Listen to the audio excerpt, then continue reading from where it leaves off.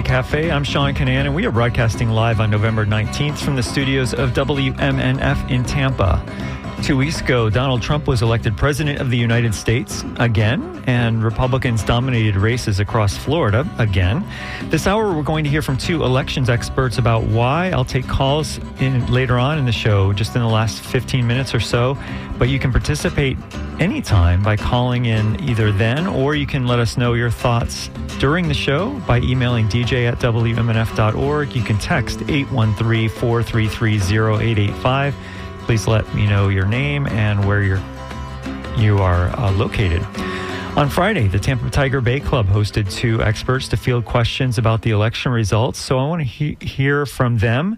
Let's hear the first question that was put to Susan MacManus, who is a political analyst and professor emerita at the University of South Florida, and to Ray Roa, who is the editor-in-chief of Creative Loafing. And you also know Ray as a co-host of WMNF's The Skinny on Fridays at 11.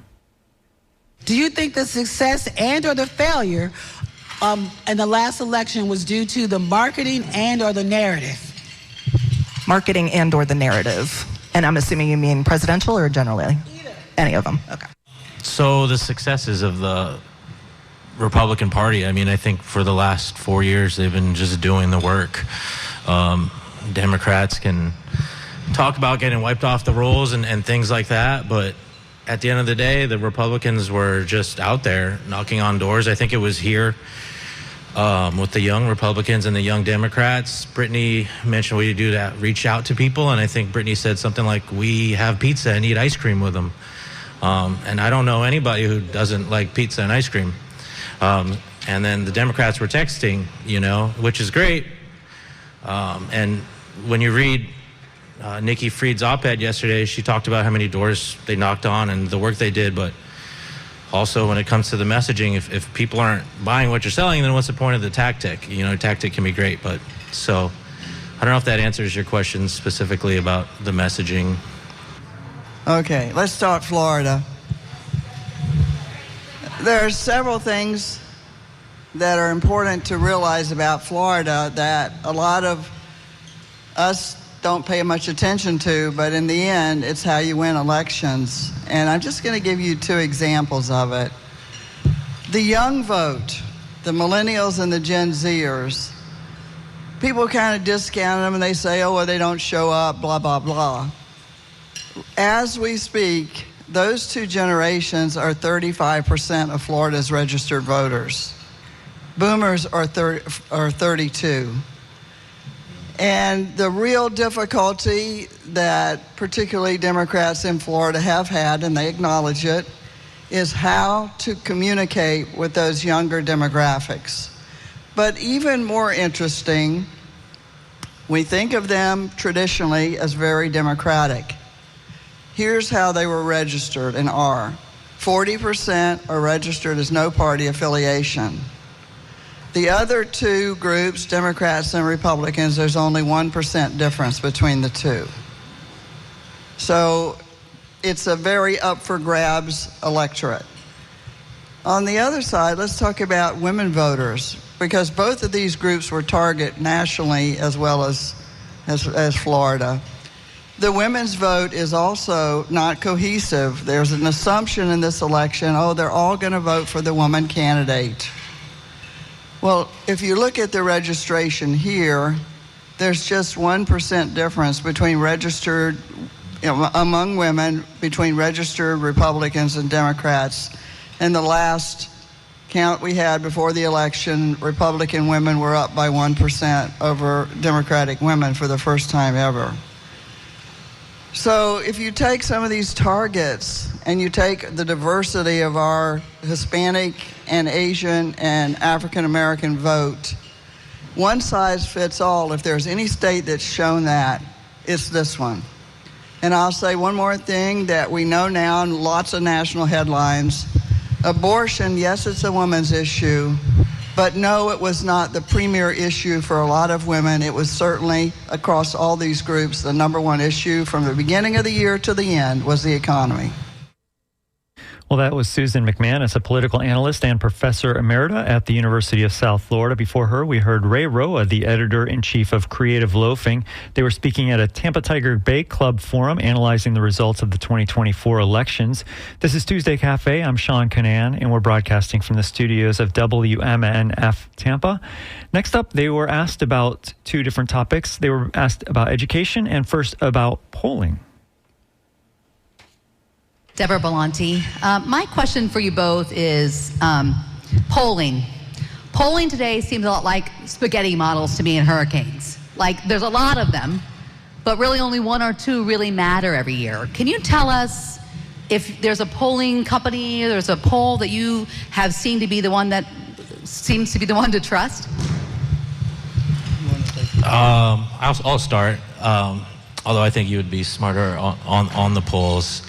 We had, I don't know if he's here, Barry Edwards on our radio show on WMNF last week, and he talked about, the accuracy of these panel polls and who was, completing these panel polls. And as we saw in the race, obviously this is a Pinellas race, but I'm thinking about that Paulina Luna, Whitney Fox race, even the Rick Scott race, the polling was way off. So while I think maybe some of the polls had a little bit of a better year, I still think that when we report on polls, we need to do a better job of explaining what the polls are. But bigger than that, we got to get away from the horse race thing. I know maybe it's like controversial, but it's like 10 days since the election and we're already talking about the next election. We're not talking about the consequences of the little things that, this is the most local, smart room here, and we're already talking about something that's happening in Washington, 2 years down the road or something like that. Let's talk about how the policies affect that. So as far as the polls go, I don't know. I think we have to get away from those panel polls. There aren't just panel polls, but right. Those aren't the only ones. One basic fact about polling. Polling never predicts turnout. That's something to remember about it, and it did a lousy job this time. But there's also another saying for this year. We had a poll spring up every other day that you never heard of, but it's like clickbait for the news media. There's an old saying, a poll a day keeps the news media in play. And unfortunately, people take them at their word without looking at it. I cannot believe, of course, we ran the Sunshine State Survey at USF when I was there. I would never survey in Florida without 1,200 people if I wanted to break it down into groups like gender, race, income, education, and so forth. There were polls taken in Florida that were reported by the news media that had 200 respondents for the whole state. My word to people is always, if you can't click to that poll's methodology when it's posted, you should discount it. Because if they don't tell you who they surveyed, when, how, some surveys, if you'll notice, they've been open for 2 weeks. It takes that long to get enough people to answer it. Well, something major can happen in that interim that's going to make it worthless. They are better on issue position. People are more free to talk about issues when they answer a pollster, but not necessarily about horse races. The pollsters thought that they had gotten another problem that happened in 2020 under control, which was a higher rate of refusal among Republicans to answer surveys. But now, of course, in hindsight, they acknowledge that they missed it again this time. So when you have Republicans who are answering, they tend to be a little bit more moderate than those who refuse to answer. Thank you. Lynn Gray, school board member. I have, we all have recognized that public education in Tampa, Florida has won 67%. My question is the new, yes, yay is correct by far, but our new administration that we're seeing as they form cabinet positions have mentioned that public education is a target for them to disengage or to reinvent. I don't suppose you have a knowledge of that, nor do any of us, but do you have thoughts on the on the process and the problematic results that we will face here in Tampa, Florida, with the wonderful, all of us believe in public education. Thank you. I mean, anecdotally, I just signed my kid up to go to Rampello for kindergarten, and I'm hoping that he gets in and can stay there through the 8th. I'm a huge believer in public education. Certainly worried about whether or not taxpayer money will start to shift to private charters and entities without the kind of oversight. But I think locally, you can look at it and say that people really still care about the public school system. You can look at Amendment 1. They'd like to keep that nonpartisan, right? Your race was interesting. Went pretty late. I think we thought that a lot of those votes would just come over, and they didn't, which is concerning. And then the millage passed. So that's kind of what I was kind of getting at. Like, if we can get away from the partisan stuff and just talk about what it is, does a school board and the school superintendent need more accountability or oversight? Maybe. He's having a hard time right now. But can we talk about that outside of the partisan lens and keep the focus on kids and stand up for public education and public teachers? Another anecdote, just this week, you see everybody talks about the arts under attack. Doechii is a rapper who went to Howard W. Blake High School, who barely knew how to read sheet music, and now she's up for 4 Grammys because she was cultivated and watered right down the street. So there's a lot of narrative about these bad things that can happen, but there's so many success stories, and if you can trot those out and repeat those, then I don't know, maybe I'm in my upswing of my moods, but I feel optimistic about that. Admittedly, I live in Pasco County, and one of my students just got elected superintendent of schools out there. So anyway, I'm more about higher ed, as you know, and I too went through public school all the way from kindergarten all the way through up, and very strongly believe in it.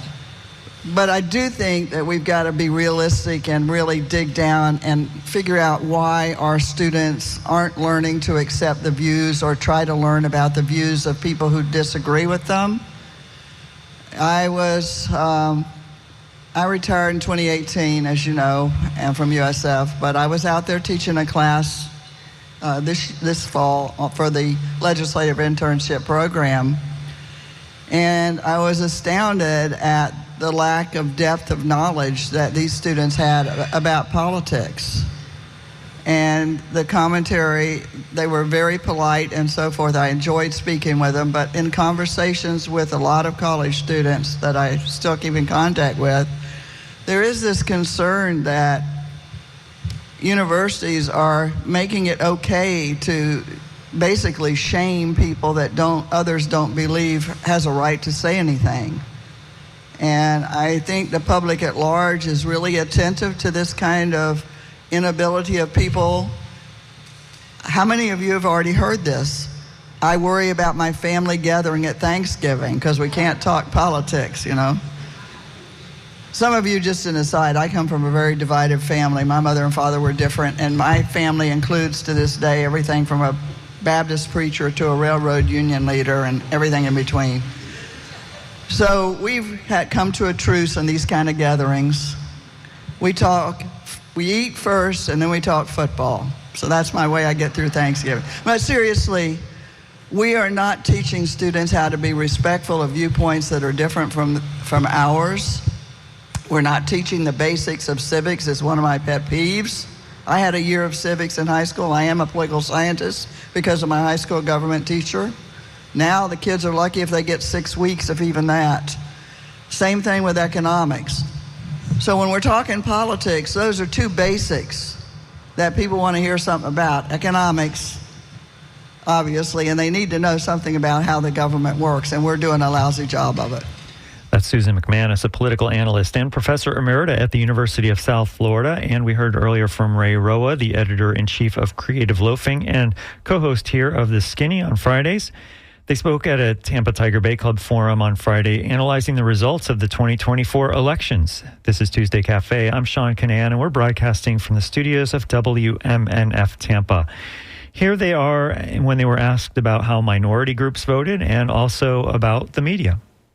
To Deborah's question about polling, I actually work for a national pollster, and one of the biggest problems we had, and Matt kept saying, was the depth of knowledge of the information that was out there. So it was difficult to get an accurate response with the questions that we were asking. So specific to you and Creative Loafing as a journalist, what role do you think the media played in that and the messaging that was going out? Kind of go back and forth on this. I think we got in an argument, and, you know, there's been a lot of talk about endorsements and stuff like that, and I think the phrase people use was, I don't want a publication to tell me how to think.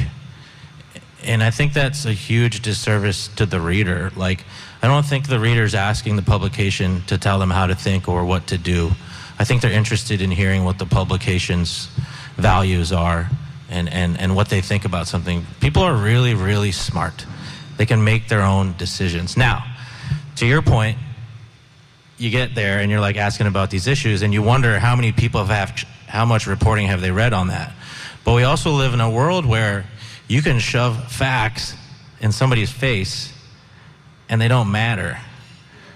So I don't know what you do with that. And then there's that other issue, you know, a lot of people just don't even trust pollsters or the media anymore. They actually are disgusted by them.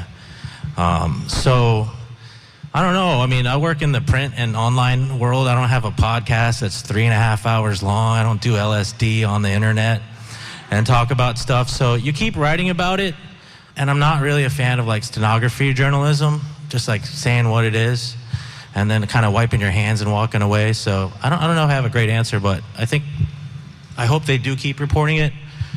But the journalism has to go somewhere else. It really has to start moving towards accountability, finding malfeasance, pointing out why things are wrong, and getting away from this huge partisan every 4-year horse race thing. Just like take it down to the most granular local thing. Like, here's what your elected official or appointee did, and here's how it affects you.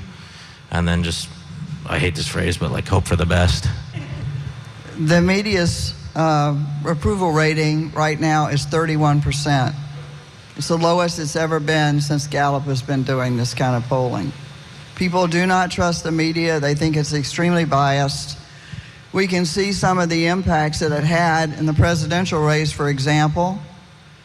The reason that some refused to engage in more debates, the first couple of debates where you had clear bias in the questions that were asked and the interpretations that were given unwarranted, in my judgment, by the journalists to say those kind of things, make others not want to do debates. I don't think we're going to see debates in this country, and to me they're invaluable because they're the only way that people can see things unfiltered by the media. But yet, we're not going to ever have a way of getting around this perception that, well, you're biased if you don't like somebody's answer, which may not be true at all, until we have journalists sit up there and ask the same question of this candidate and the same question of that. But what they do is they ask one and it goes off some other direction, and you say, well, I would really like to have heard what that other candidate said about this if I need to make up my mind. So that's just an example of where journalism isn't in tune with what people are thinking about the press itself. And it's really clear, if you tell me what media you read, you listen to, and you watch, I can peg you 99% of the time. And that's what's wrong with our media. It's become so silo-like, including social media and blogs and so forth. We don't have the ability for journalism to reach across all the population. I'm showing my age, but like Huntley Brinkley, everyone tuned in, but there wasn't 55 or 100 other choices for you. You looked at that. The multiplicity of sites and places that people can get information makes it almost impossible. If you get set in one silo, It's really hard to get you out of it, even to listen to something else. And this is the plight that we're in, and it's a terrible situation when people don't believe something just because it wasn't in the newspaper or on the radio or whatever blog that they typically listen to. It's a huge problem in politics and in general for our communication with each other. And I would add to that, at Creative Loafing, we made the decision to be very clear about our bias. I used to write a column that explained my biases every year. I think Scott Maxwell at the Sentinel does it pretty well. But that doesn't mean that we can't be fair. And I think that's maybe to your point where print journalism has an advantage. We can put both voices of the issue in there. Now, are you going to scroll down that far to read it? I don't know. But that's different from the debate where, as the doctor was discussing, you just don't have that time to really get into the nuance and hear both sides out. So I think if journalism can stop pretending that it doesn't have a bias and that we don't bring our biases to our reporting, and if we're open about that, then I think that can create more trust with the reader as well. And I'm disappointed. I hope everything's okay with Brandon, but I really wanted to get his viewpoint and see what it was like from his point, because his audience is coming to him because they have a very specific view. And I want to know what that's like over there, because I'll tell you, on our side, everybody hates us. Every take is bad. We're getting it from both sides. So, and I don't know if that's the case with him over there. I make myself, when I'm driving a lot over Florida, listen to the 3 different cable networks. I switch from one to the other. It's like 3 different worlds. But it's very instructive. You should try it sometime if you can stand it, okay? Because it does give you an idea of the difficulty of a candidate having to try to reach a broad breadth of constituents, of potential voters, when there are 3 different worlds that people are listening to or engaged with. And that's just the cable news networks. As you said, there's a lot of other outlets. I'm going to go here to Joe. Thank you. Joseph Citro. 2 fastest growing minorities in this country, Spanish-speaking and Asian. In this last election, 30% of the Spanish males voted more for Donald Trump, with 3% of the Asians voting more for Donald Trump than 4 years ago. Were those minorities overlooked, and what effect will they have in the midterm elections? First of all, the key on minorities is to lump them like that, mask the very micro level you need to go to target. For example, among the Asian voters, we know that certain groups are much more Democratic leaning and others are more Republican leaning. For example, people from India are much more likely to vote Democrat, people from Vietnam more likely to vote Republican. And in the Hispanic thing, of course, Cubans, Nicaraguans, Venezuelans, and so forth, joined by socialism, tend to vote Republican, but then the Puerto Ricans more liberal. But even there, you saw flaws on all of these kind of simplifications because it was not the party. It is important to know that young people especially are not party-centric. They're issue and candidate interest, not the parties per se. Among the 2 groups that you mentioned, a plurality in our state of Hispanic voter registrants and also Asian registrants, a plurality of those communities are registered as no party affiliation. So you have to deep down dive. That's why micro-targeting, it costs a lot, but if you're in a very diverse area and you're trying to win an election and you don't deep dive and you assume, well, all Asians and all Hispanics think alike, you're going to lose in our state. Yeah, in our state, for sure. Mitch Perry had a pretty good piece, and we're basing off exit polls, but it was a 10-state poll, and only in Florida did Donald Trump outperform Kamala Harris. But to add on to your point, I think minorities are tired of being treated as monolithic things. You can go to the Young Republican Party or event and take a look around. It looks just as diverse as this room almost. Maybe some of you would disagree with me on that, but we have to stop treating minority groups monolithic. The Democrats. I'm a registered Democrat only because I like voting in primaries. My dad was a Bill Clinton Democrat, and he used to bring me to the polls, and I just love that. And then I registered as an independent when I was young, and then I walked into the polls, and I couldn't vote because it was a primary. And I just remember being so angry. So I would be an NPA or an independent if they would open that up. But, I'm curious your thoughts. What about the argument that, like, among the independents, 20% of them or large, maybe half of them are already going to go Republican anyway. And then on the fringes of those are just people who think that the Democrats have gone crazy and the Republicans have gone crazy. So are we really dealing with that many independent voters? Well, it's called a leaner problem. In some of the polls they say, well, if you had to pick between the two, which would you do? And they force somebody, but that isn't realistic sometimes either. And it's the younger ones, as I said earlier, that they don't really want to describe themselves by party. They want to describe themselves more about issues. And it's very interesting because the young voter turnout was projected to really be high this time out. We haven't seen the data yet in Florida. It's not certified. I'm waiting on the turnout data to look at it. But what you see is that the younger voters, if they don't, they're very active. I'm sorry, what I was leaning towards. They're very, very active on issues in their community. If you want to look at where young people, college students and whatever, are engaged, it's with things in their own community, it's issue. But the minute you mention Democrats and Republicans, they go crazy. It's not, because think of this, if you're a 20-year-old or 18-year-old, your imagery of politics is Washington, D.C. They don't really think state and local, much to the chagrin of all of us. They think Washington. And if you're young, you haven't seen anything positive come out of Washington because Congress can't seem to get anything done. And these people, meanwhile, no surprise, the younger demographic, we know from exit polls, their issue was the economy. And I always say to people, think about it. They say, well, I don't understand young people, being about the economy. To which I say when an audience asks me this, what 18-year-old do you know willingly wants to live at home with their parents? They can't afford to do anything else. James Carville's still right. He must feel good. Yes, he is. He was wrong on a lot of stuff this time, though, right? He was right on that one, though.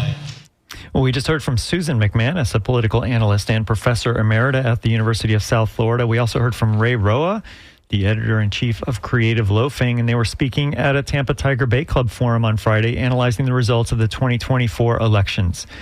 This is Tuesday Cafe. I'm Sean Canan, and we're broadcasting from the studios of WMNF in Tampa. We're live on the 19th of November.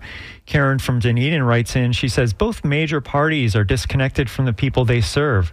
Republicans just said what the people wanted to hear. People are selfish and they had tunnel vision and didn't even think about the marginalized people that a Trump MAGA party hurts. So that's the comments that came in from Karen in Dunedin. Thanks to everybody who's writing in or calling in and letting us know what they think.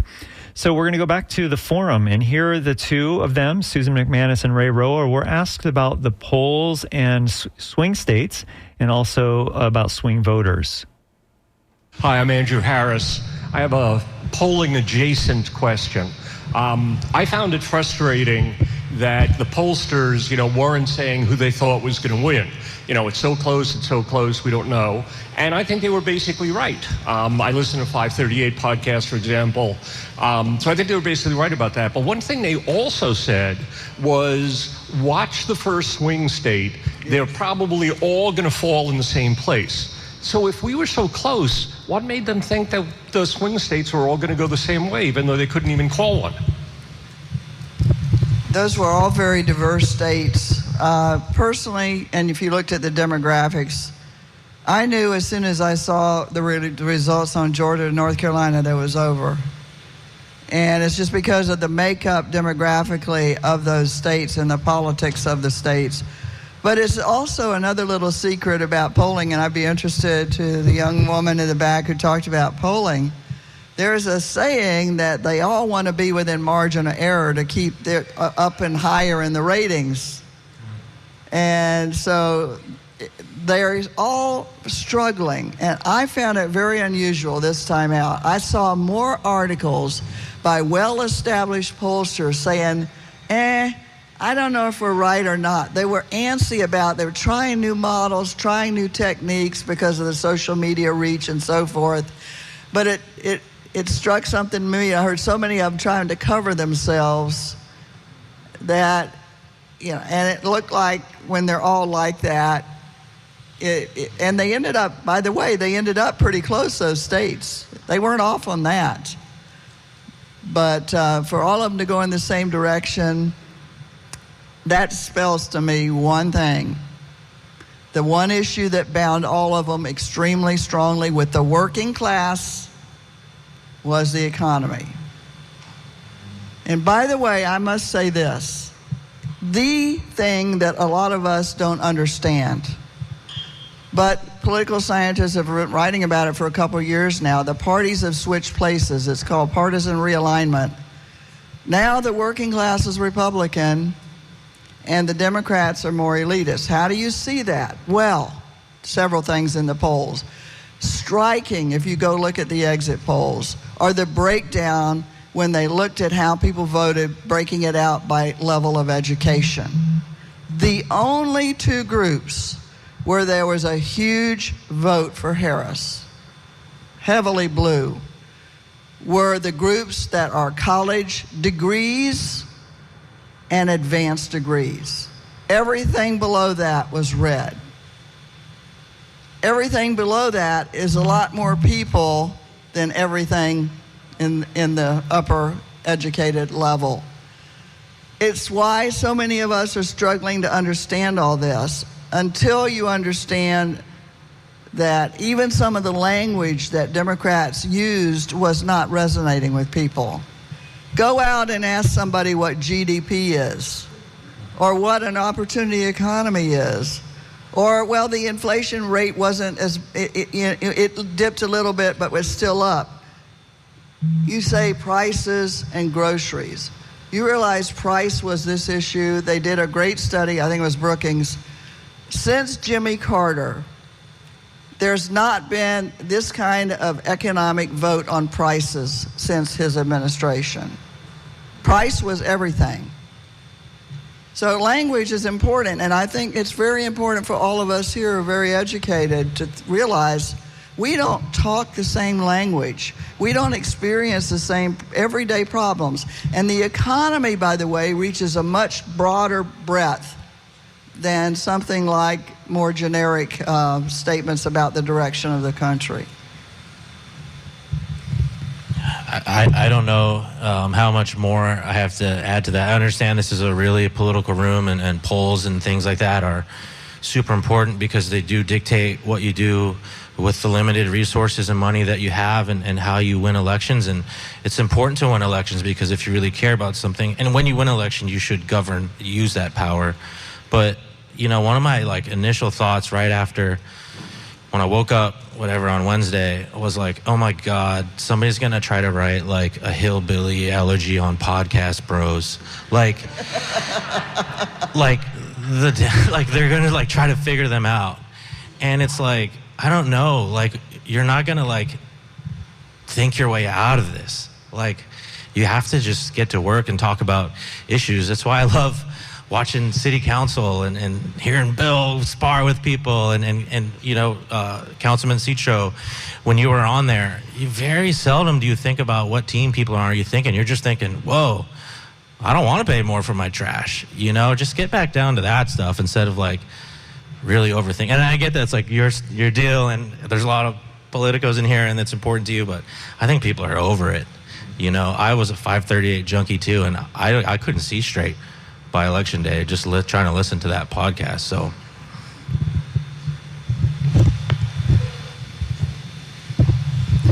good afternoon. Thanks for being here. I'm Kimberly Overman, and my question surrounds about that dissidence. When in Hillsborough County, we know that the economy was an issue. Our biggest challenges for your tabletop issue is not only the cost of food, but the cost of housing. And yet, our voters voted to pass 2 referendums to, one, keep the tax the same, but the other to add to that tax. When we have a dialogue in our battle of wars to the top, if you want to call that, the horse races that we're in every 2 to 4 years, that says, people don't want to pay taxes. They want lower taxes. Their dinner table budget is really strained. But we don't talk about the policies. How do we get our journalists to turn policy conversations that are important to understand the economy in a way that clickbait works? Because apparently that's the only thing that does. Yeah, I don't think we ever had to write a quote-unquote like clickbait article. And by the way, I stand by the notion that it's not clickbait if once you click on it, what you thought you were going to see when you clicked on it is actually there, right? But I don't know.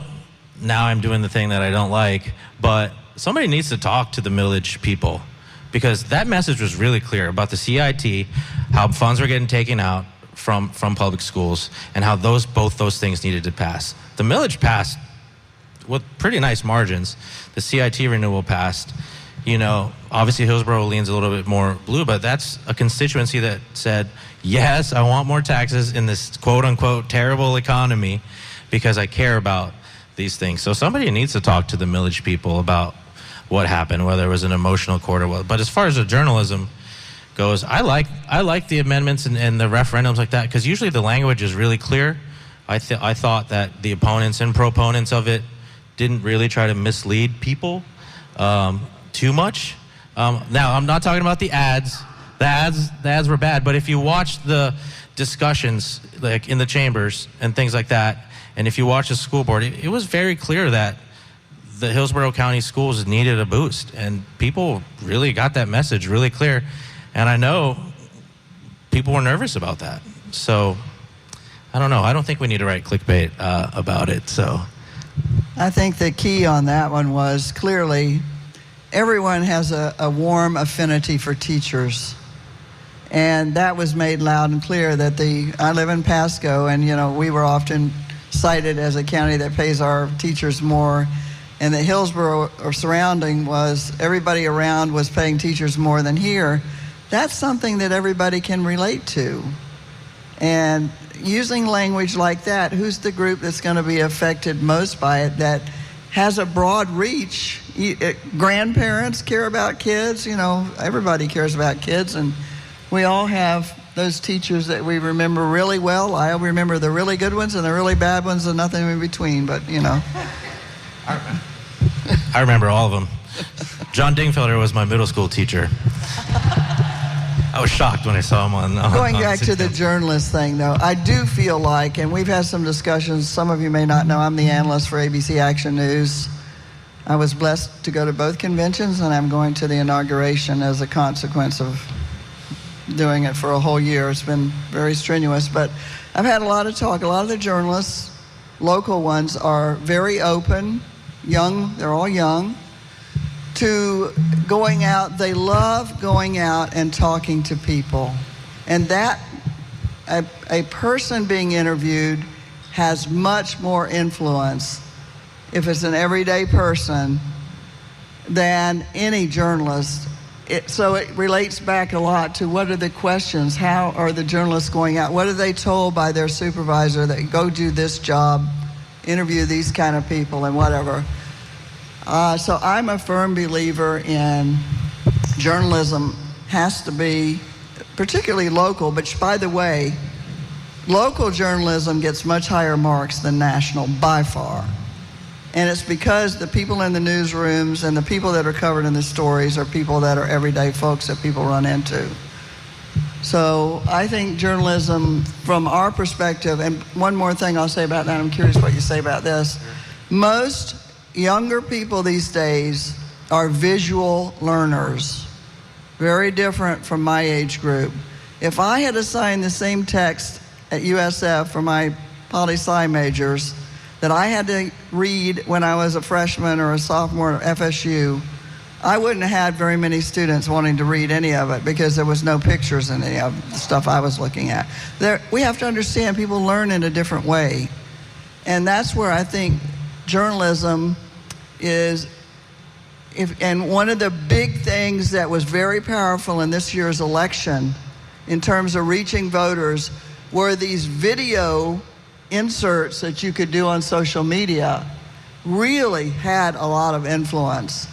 And the young Congress member from Orlando, the youngest person, right, and he said, he has a great piece in the paper today where he wrote a letter to the Democratic Party spelling out the things we've just been talking about having to figure out that younger people are not going to be swayed unless you can reach them in the way that they look at things and the means of communication. And so video is going to be in just about everywhere. Pew Research Center just put out a big study asking where people were getting their political news from. Single digits, and I'm talking under 5%, newspapers, sadly radio. It's a different world than a lot of us grew up in when it comes to media. Yeah, and I would add to the video, audio, podcasts, young people. I think people in general, I like listening to it in my car when I'm walking around.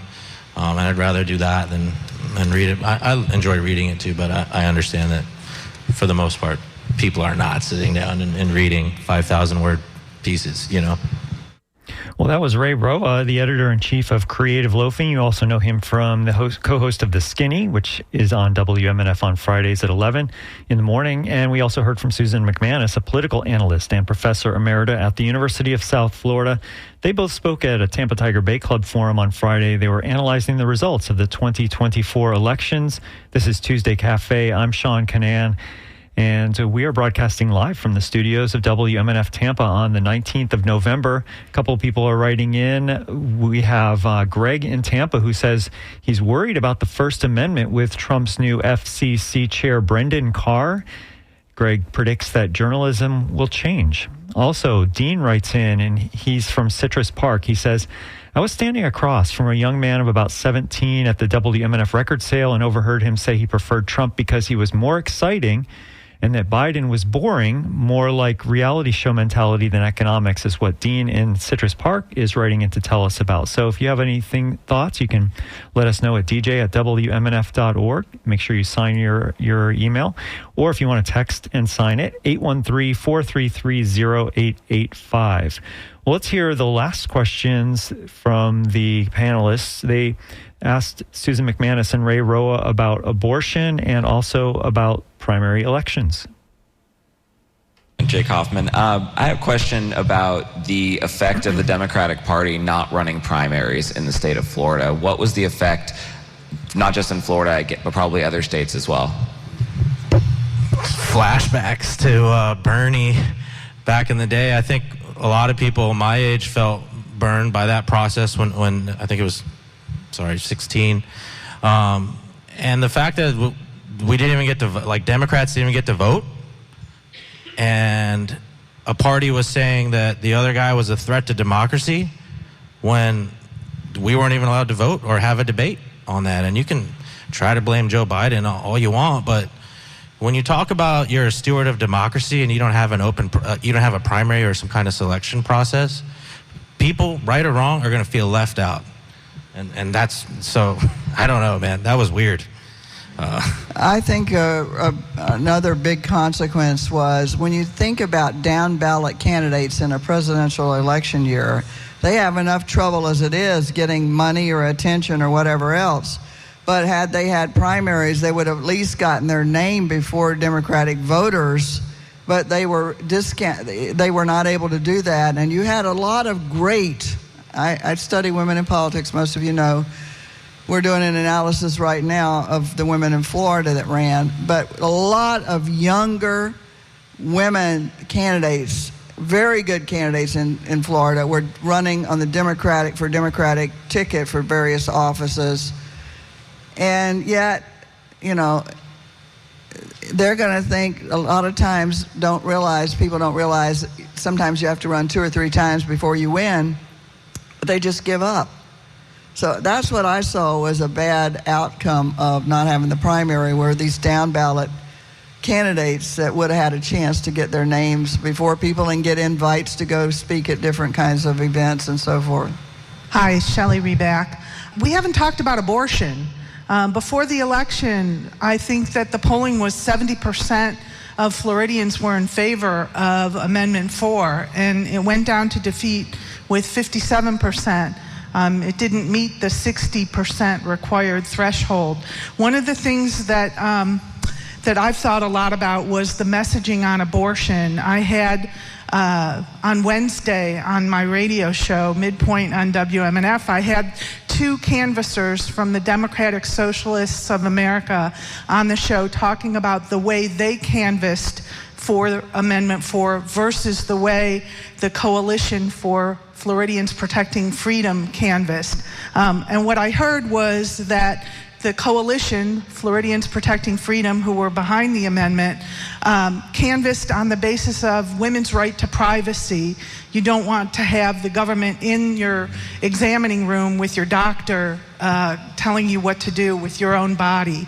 Whereas the Democratic Socialists of America canvassed on the basis that access to abortion was an economic issue and an issue that affected the entire family. And they felt that their canvassing was much more successful because people were mostly concerned about the economics. And so I just wonder what your thoughts were about those different kinds of messaging and whether you thought that that affected the result on Amendment 4. You probably have a much better answer than I will, so I'll go first. I think you can't, and I'm a man, obviously, so this abortion and what the aftermath of this election for women can't be like the hurt and all of it is, I can't imagine what it's like. But I think with abortion, we did see a large number of people vote for it. Like a lot of people. 60% is a very large threshold to have to cross. And that's the thing, you talk about two different ways of canvassing. Is one more effective than the other? I would say, why look at it through that way? Why can't we say both were effective? You do both, right? Like we always try to say which one was better and which one was that. They got really close to enshrining abortion in the state constitution. And not to change the subject, but I asked one of our reporters in Orlando to reach out to the Yes on 4 people to see if they would now, in the years in the interim, they raised a lot of money. But what are they going to do now? What is that political apparatus going to do? Is it going to sit here and raise money for abortion funds? Or is it just going to focus on the midterm or the next one? So that's the bigger question for me. We got really close. You can raise a lot of money. Are you going to help women continue to get health care either here in this state or in the next state, Virginia, or wherever they have to? So that's the bigger question for me. On the advertising, well, first of all, let me say one other thing. The premise, and I was covering the State Democratic Party convention in Orlando this summer, and they had a session on Amendment 4 and how to promote it and so forth. And at that session, they were very clear, don't make this a Democratic Party issue. We need Republican women and Republicans to vote, knowing the 60% threshold was out there. And obviously, there was another leap to it was, if we just get them to focus on this and abortion and women's rights and so forth, knowing that women are more women registrants everywhere than men, that if they vote, we draw them here, that they will go to the top of the ticket. But that's never been the case, where people are drawn to an amendment and then asked to jump up to the top of a ticket. But it is true that I think around, I don't have the numbers in front of me, 35% plus Republicans voted for Amendment 4. So that expectation, which was said a lot, really wasn't destined to come true, that you'd get all the Republican women who voted yes on 4 to jump up to the top. But on that advertising, this is 2 elections in a row where Florida Democrats have made almost 99% of the ads that they put on television about abortion. But that, the message, as you say, is certainly either it's economic or whatever.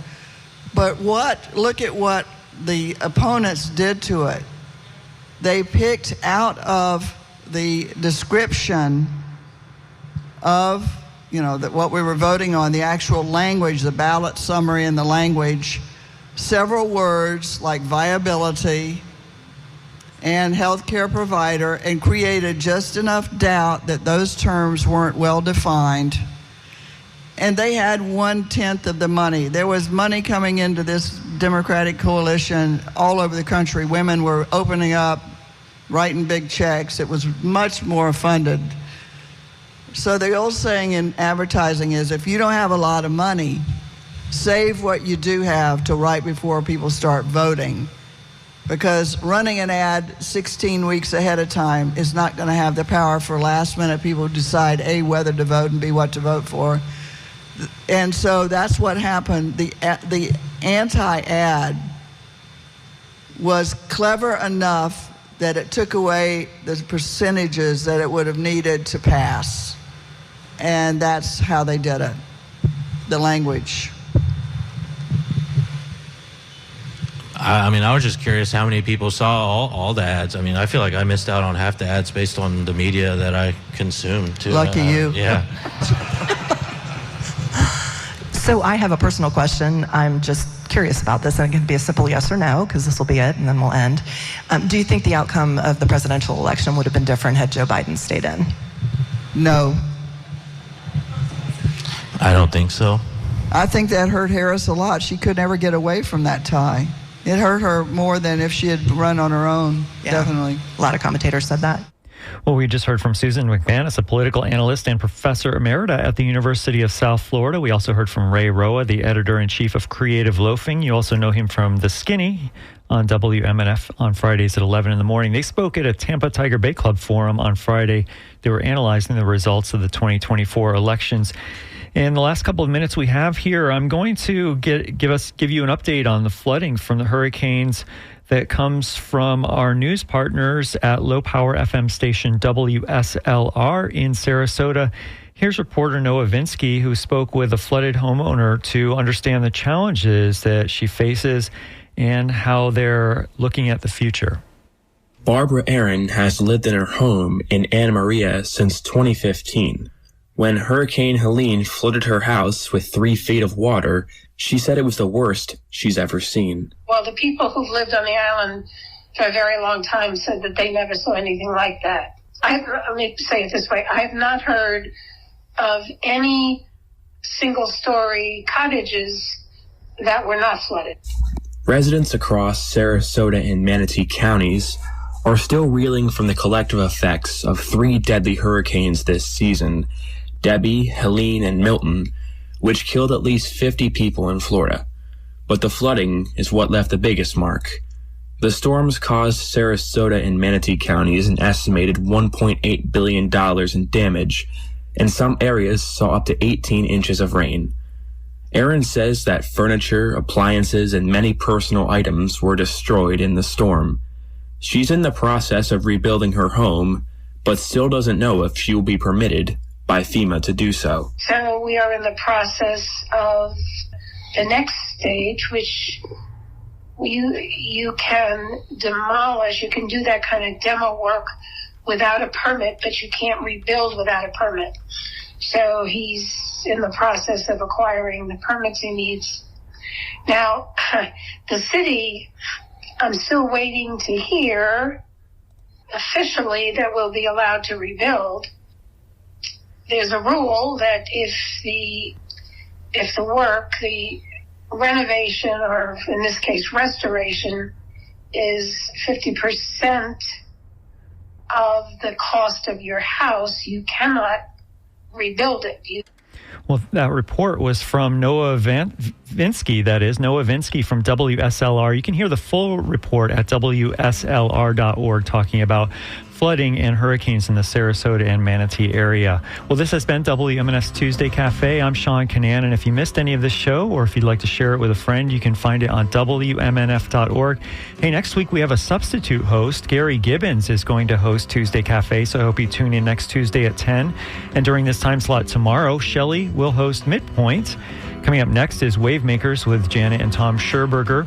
They're going to speak with William Osceola, who is Secretary of the Miccosukee Business Council, on the 50th anniversary of the establishment of the Big Cypress Preserve and its importance to the history and culture of the Miccosukee tribe. Then coming up at noon is Wide Awake America with Nadine Smith. She's going to speak with Andrea Pitzer, author of One Long Night, A Global History of Concentration Camps, about the history and modern implications of mass detention. This has been WMNF's Tuesday Cafe, coming to you live on November 19th, 2024. From the studios of WMNF broadcasting out of Tampa, this is WMNF Tampa. We also cover St. Pete, Sarasota, Lakeland, and beyond.